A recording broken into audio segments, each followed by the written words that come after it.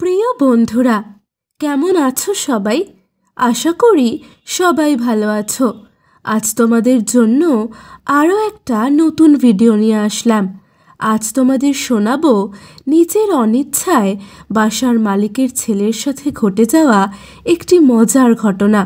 বন্ধুরা, ঘটনাটি শুরু করার আগে ছোট্ট একটি অনুরোধ, এখনই চ্যানেলটি সাবস্ক্রাইব করে পাশে থাকা বেল বাটনটি বাজিয়ে দিয়ে আমার সাথেই থাকো।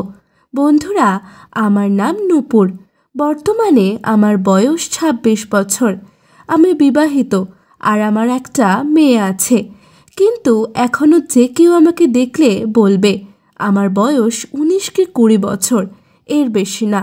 আমার স্বামী একটা মাল্টিন্যাশনাল কোম্পানিতে চাকরি করে আর বেশ ভালোই বেতন পায়। বন্ধুরা, আমার এই ২৬ বছর বয়সে আমি অনেকবার অনেকের সাথে খেলেছি। বলতে পারো খেলা করা আমার এক প্রকার নেশা। আমার স্বামী টানা ২ দিন আমার সাথে মজা করে চলে যাওয়ার পর প্রায় ২০ থেকে ২৫ দিন হলো আমার মাঠে খেলা হয়নি। এদিকে কলকাতায় নাম করা এক কলেজে ভর্তি হওয়ার পর সুন্দর সুন্দর আর স্মার্ট সব ছেলেদের দেখে আমার মনের ভিতরের চাহিদাগুলো আরও মাথাচাড়া দিয়ে উঠতে লাগলো। কিন্তু নতুন কলেজ, তাই কাউকে পাত্তা দিতাম না।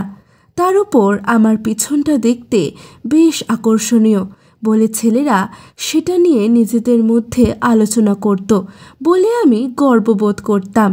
আর তাদের মাথা আরও ঘুরিয়ে দেওয়ার জন্য আমি ইচ্ছে করেই দুলিয়ে দুলিয়ে হাঁটতাম।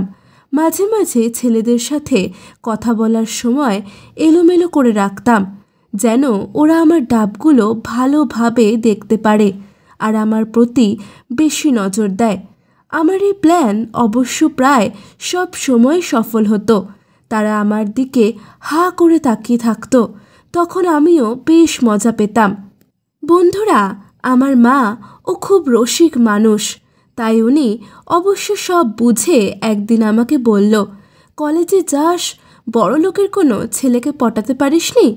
আমার মেয়ে কোনো অংশে কম আছে নাকি? মনও ভালো থাকবে, আবার পকেট খরচও আসবে। আমি বললাম, দেখি মা কি হয়, সবে মাত্রই তো কলেজে গেলাম, সময় হলে সবই হবে। এইভাবেই আমার দিন কাটতে থাকলো। একদিন আমাদের বাসায় মামা মামি আসলো, আর সাথে মামার শ্যালক আর শ্যালকের বউ। বাসায় জায়গা কম বলে আমাদের বাসার মালিকের বউ এসে আমাকে তাদের বাসায় থাকতে বলল। আমি তখন কোনো কিছু না ভেবেই খাওয়া দাওয়া শেষ করে ওনাদের ওখানে থাকতে চলে গেলাম। গিয়ে দেখলাম কাকি তার ছেলের সাথে কথা বলছে, আর কাকা শহরে গেছে জরুরি একটা কাজে। তাদের কথার মূল বিষয় হলো ছেলেকে বিয়ে করানো আর ছেলের বউকে ঘরে আনার ব্যাপারে। বাড়ির মালিকের ছেলে শিপনের বউ বিয়ের ২০ দিন পরে বাপের বাড়ি চলে গেছে।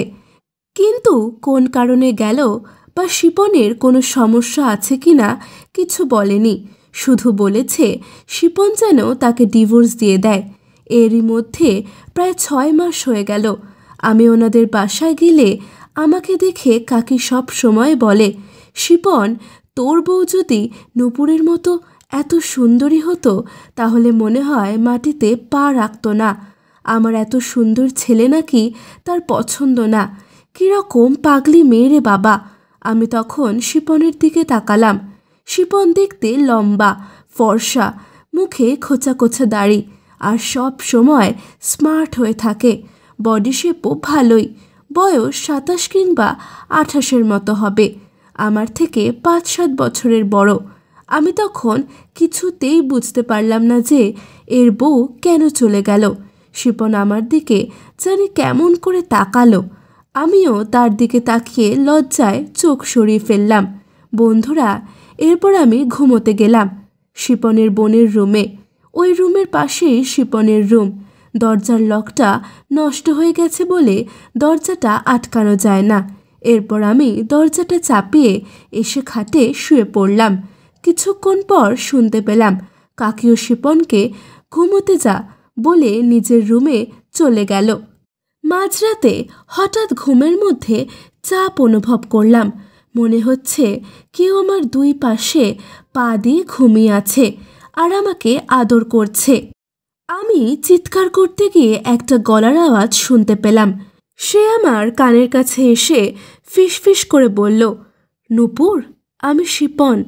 তুই আমার কাছে যা চাস তোকে সব কিছু দেব।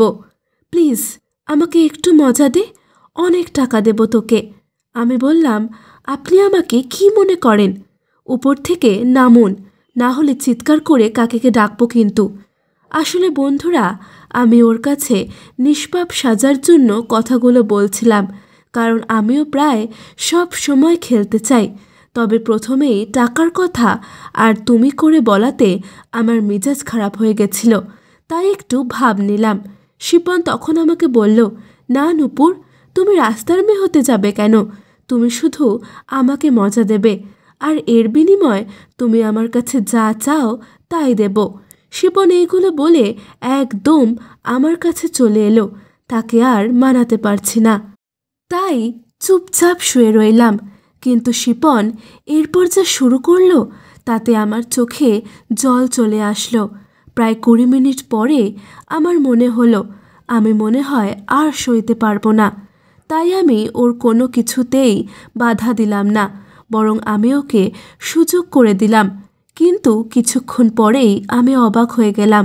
ওর গায়ে এত জোর তা আমি কল্পনাও করতে পারিনি।